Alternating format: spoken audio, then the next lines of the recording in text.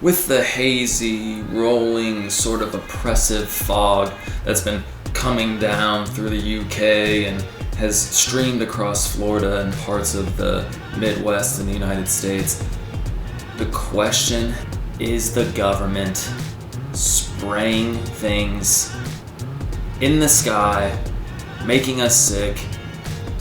I don't know. I can't answer that question.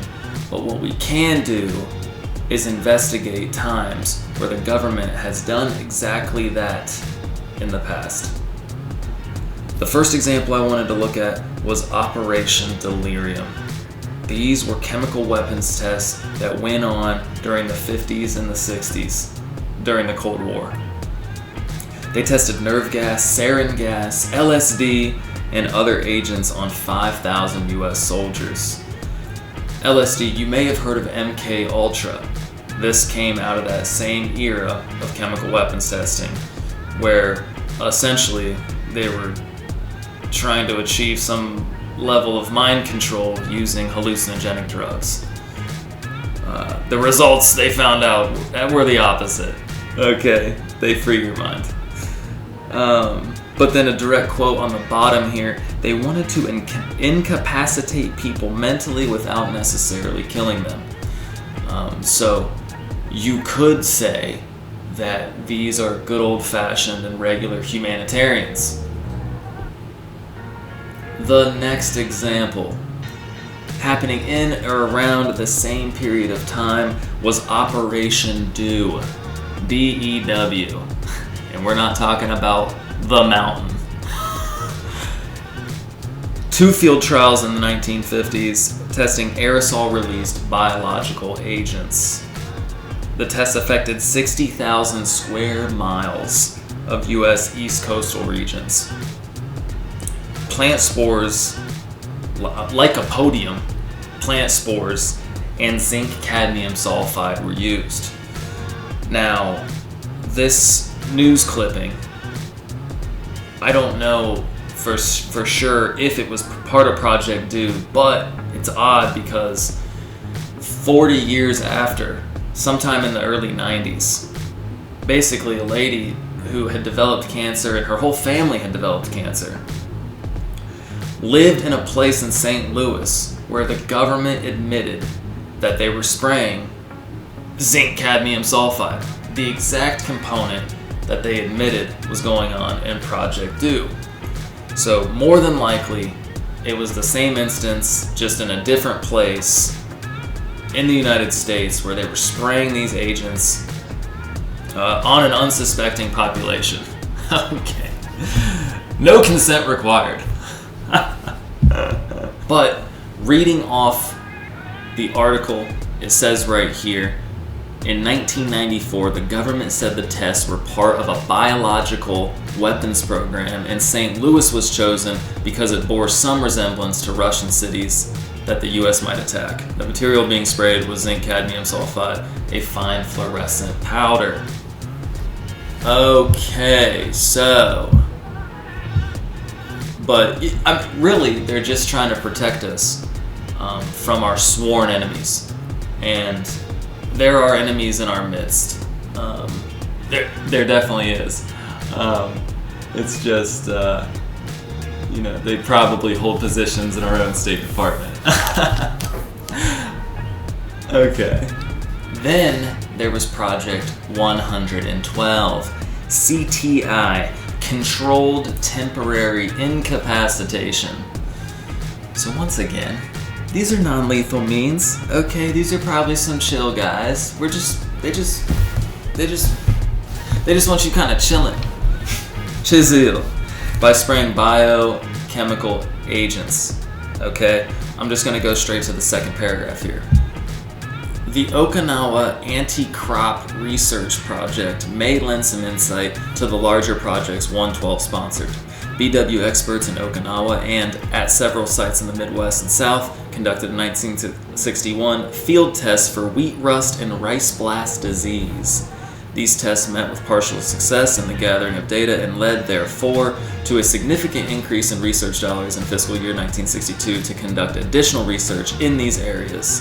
The money was devoted largely to developing technical advice on the conduct of defoliation and anti-crop activities in Southeast Asia. By the end of fiscal year 1962, the Chemical Corps had let or were negotiating contracts for over 1,000 chemical defoliants. The Okinawa tests evidently were fruitful.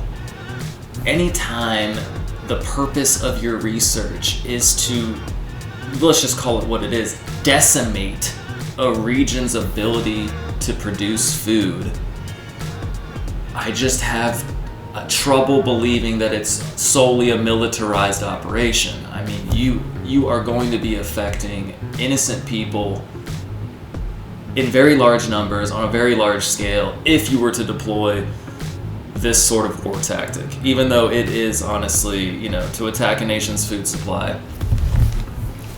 That's the oldest trick in the book. Okay? But instead of having pitchforks and torches where you just set the shit on fire, now you have biological and chemical agents dispersed by an aircraft. Great.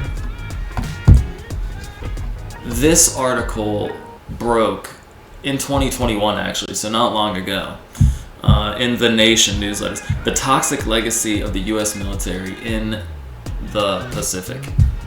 It says here, for decades, U.S. military operations have been contaminating the Pacific region with toxic substances, including plutonium, dioxin, and VX nerve agent. Hundreds of thousands of service members, their families, and residents have been exposed, but the United States has hidden the damage and refused to help victims. Well, more than likely, that whole incident, Operation Red Hat Okinawa, is probably part of the Project 112 that we just looked at. It was in the same region at the same period of time and using the same chemical and biological agents. We have really only scratched the surface when it comes to the number of military spray operations that have gone on without public knowledge. The only reason that a lot of these have even come to light are through strenuous, persistent journalism, Freedom of Information Act requests, and the like.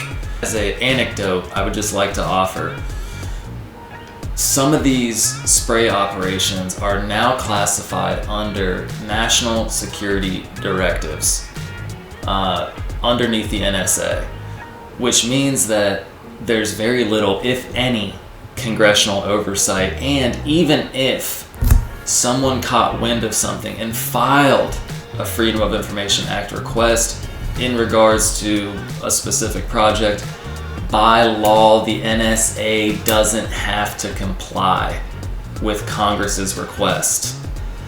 Okay, our intelligence agencies have essentially gone rogue, and we, the American people, have very little ability to have any degree of knowledge or oversight into the inner workings of many of those projects. One thing is for sure, there doesn't seem to be any moral or ethical boundary putting limitations on the extent of their research. That you can be sure. Like I said, do I think that the fog is a secret military project? It could be, but not necessarily. I would need more evidence. What the purpose of this video is to provide a framework, a base of information, and honestly, a healthy skepticism, so that when you observe some of these aerial phenomena or these fog events or these instances where it seems like everybody gets sick instantaneously overnight, just know that it's happened before, okay? And it more than likely is happening, and if it isn't happening, it probably will happen in the future. With that being said, my name's Luke. I'm a concerned citizen. I know many of you are as well. Thank you for watching, and stay tuned for the next one.